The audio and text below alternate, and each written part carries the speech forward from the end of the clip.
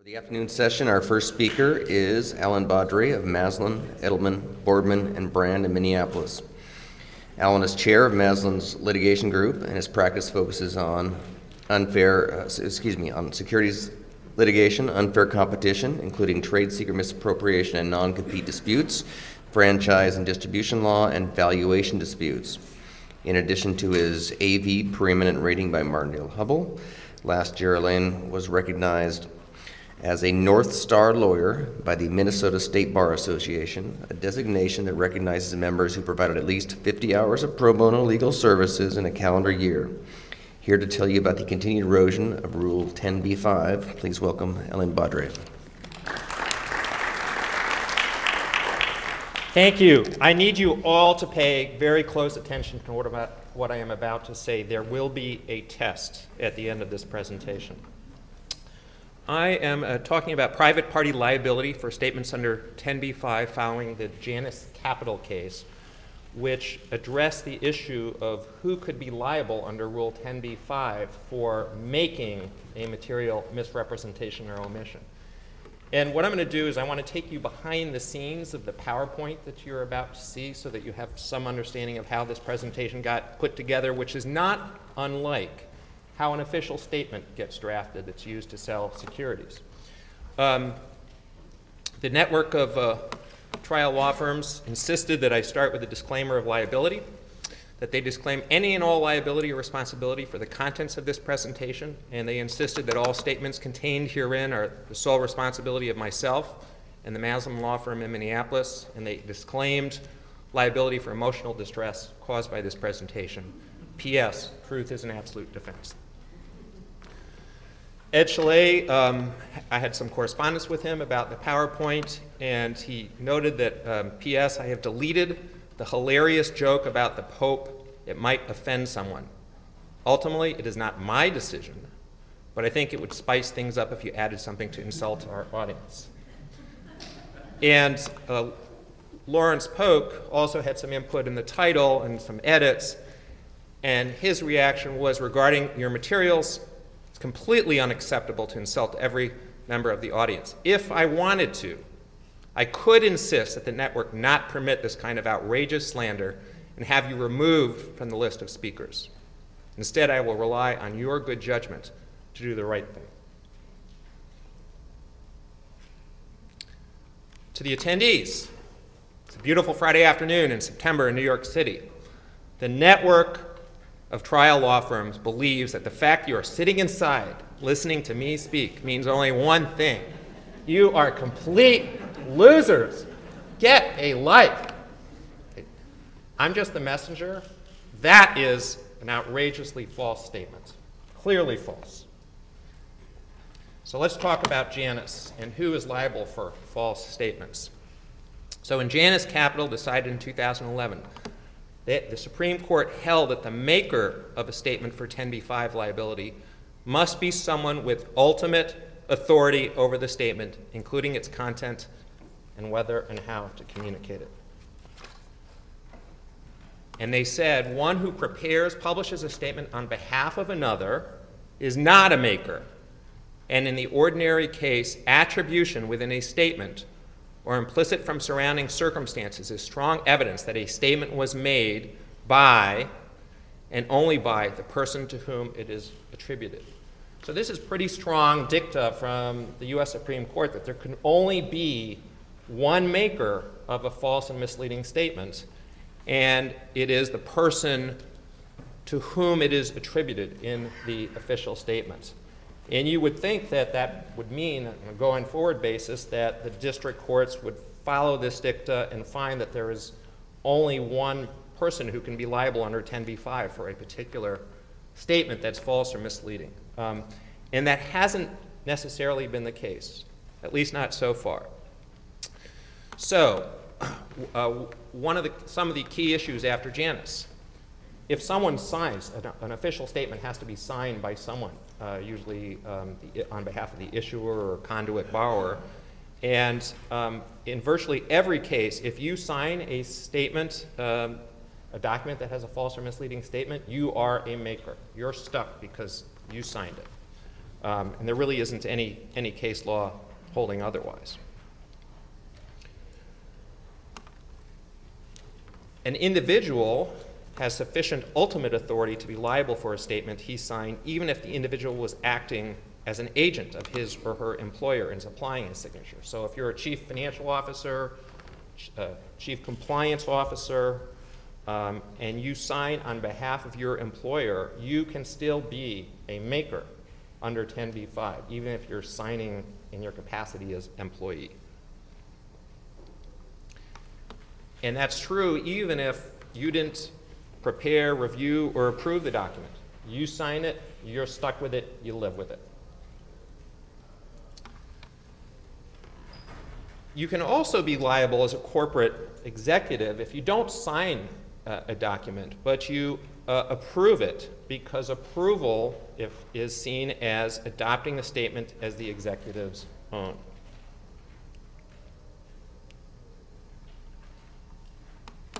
And if there is a quotation of the corporate officer saying, the president believes X, Y, and Z, courts have been virtually unanimous in holding that that individual who is quoted is liable for the statement, even if he didn't actually make the statement.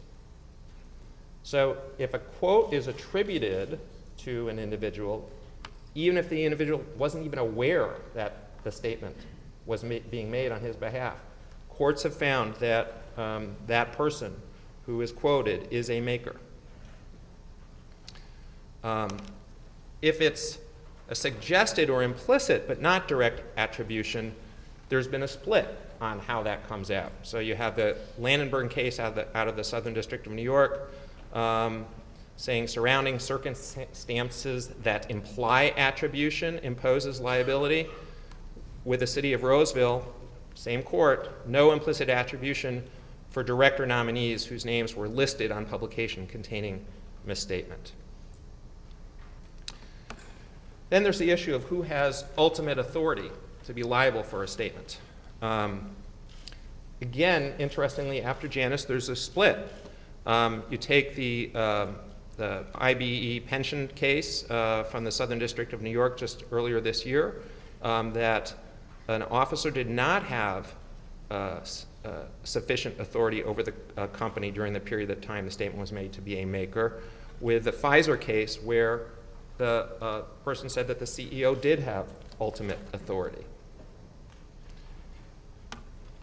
And most of the cases, there are a lot of cases in the Southern District of New York, they draw very fine distinctions based on the control over the specific portion of the company in which the false statement was made. So in the IBEW case, the chairman of the supervisory board was not liable for statements made by other corporate officers where he didn't supervise them or participate in making any of the statements. And another case where he was found liable, the corporate officer was found liable in the city of Pontiac case because he was identified publicly as part of the corporation's leadership, and he was actually in charge of the division of the company whose false statements led to the 10b-5 claims. Parent companies can be liable for statements made by subsidiaries if there is sufficient control. If there isn't sufficient control, such as when a subsidiary retained the right to amend its financial documents without consulting or gaining the approval of the parent, then there's not sufficient control. If they do need approval of the parent to go out with a statement, then the parent can be deemed to be a maker. Let me get to the next. So ultimately the test is, does the parent company exercise ultimate authority over the affiliate statement via the ability to approve a statement or the authority to prevent the affiliate from releasing the statements? And so the ability to prevent is very significant, and we'll see in a case I was involved in, I think that had some effect on a court deciding that an underwriter was a maker of a statement. And that's this next case, the Allstate Life Insurance Company litigation. And that was a municipal bond case in which it was alleged that an official statement contained false or misleading statements, false or misleading financial projections, that clearly were not prepared by the underwriter. The projections in the official statement were directly attributed to a promoter who had prepared them, and there was a chart of projections, and it said these projections had been prepared by the promoter. But there was a 10b-5 claim asserted against one of the underwriters, and in that case, the court found that the underwriter was potentially a maker in addition to the promoter, because its name was prominently and in boldface type on the first page. And here's the first page of the official statement, and you can see at the bottom there were 3 underwriters whose names were prominently placed. And although it wasn't explicitly addressed in the court's opinion, there's an additional fact that was interesting. There's a bond purchase agreement. Municipal underwriters, when they purchase municipal bonds, do so pursuant to a bond purchase agreement, and they condition their obligation to purchase the bonds on there not being any false or misleading statements in the official statement. And it explicitly said that if a statement in the official statement was not changed at their request, they could simply terminate the bond purchase agreement and the transaction wouldn't go forward. And the plaintiffs in that case argued that because of the bond purchase agreement and essentially the underwriter's veto power over the entire transaction, if there was a false or misleading statement, that showed that the underwriter was a maker of the statement with respect to the false or misleading projections. And in that case, this is an example of a case where the court found there were multiple makers for the same false statements or alleged false statements in the OS, including the underwriter, including the promoter, including the real estate developer. So that's an example of notwithstanding that dicta in Janus, which suggested that there can only be one maker. In fact, there a court found there were multiple makers. So, given that as a backdrop, I thought it would be interesting to discuss who made that false and misleading statement. You are complete losers. I want you to imagine now you are a plaintiff's security lawyer, and you are trying to draft a complaint under 10b-5, leaving aside that no one could possibly rely on such a preposterously false statement. But you are drafting a complaint alleging that this was a false and misleading statement, and the question, who could you allege would be a maker? So how many people in this room, raise your hands, think that I am a maker of that statement? Well, I was just the messenger, but I did make the statement. So you could certainly allege that you were present and you heard my presentation, and you heard the words came out of my mouth. But remember, the statement, I can flip back.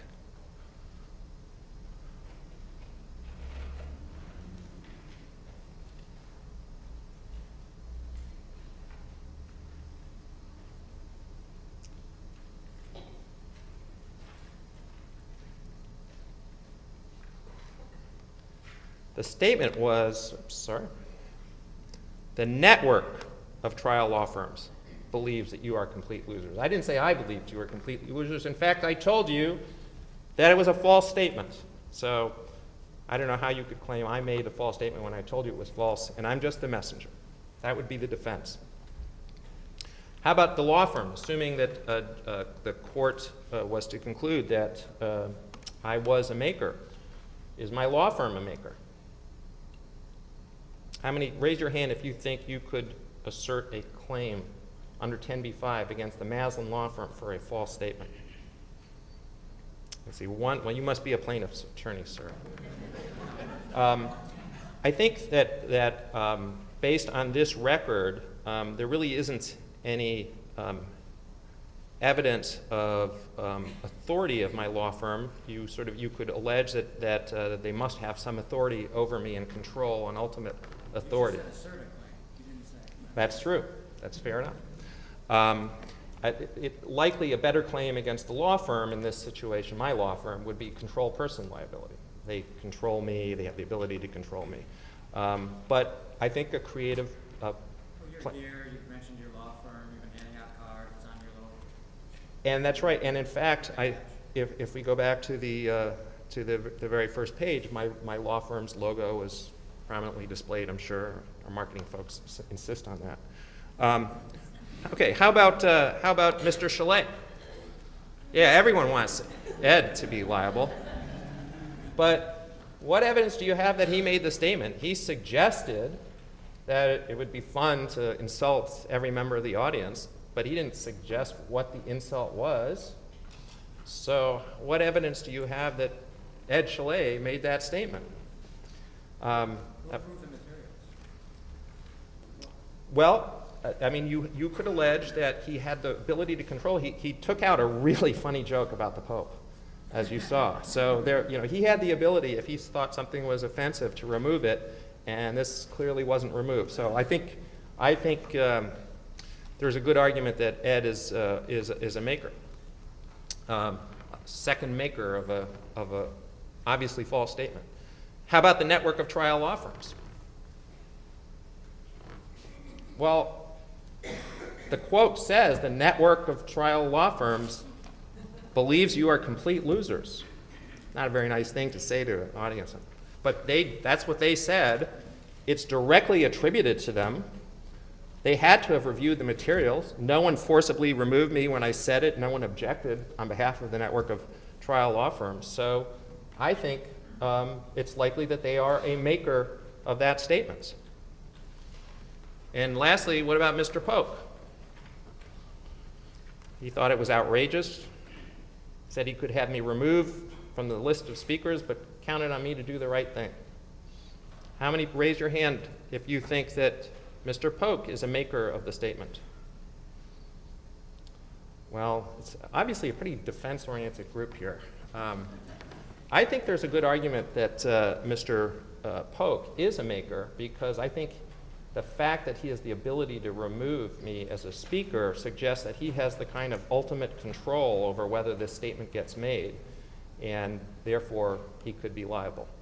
And how about Mr. Polk's law firm? No takers? Going once? I agree. I don't think there's any evidence that his law firm made the statement, although, again, under a control person liability theory, perhaps under Section 28, you could assert a claim. There are some really excellent materials that Judy Bernthorn put together on Janus and some of the case law. That's at starts at page 280 of our materials. So I thank you very much for your attention.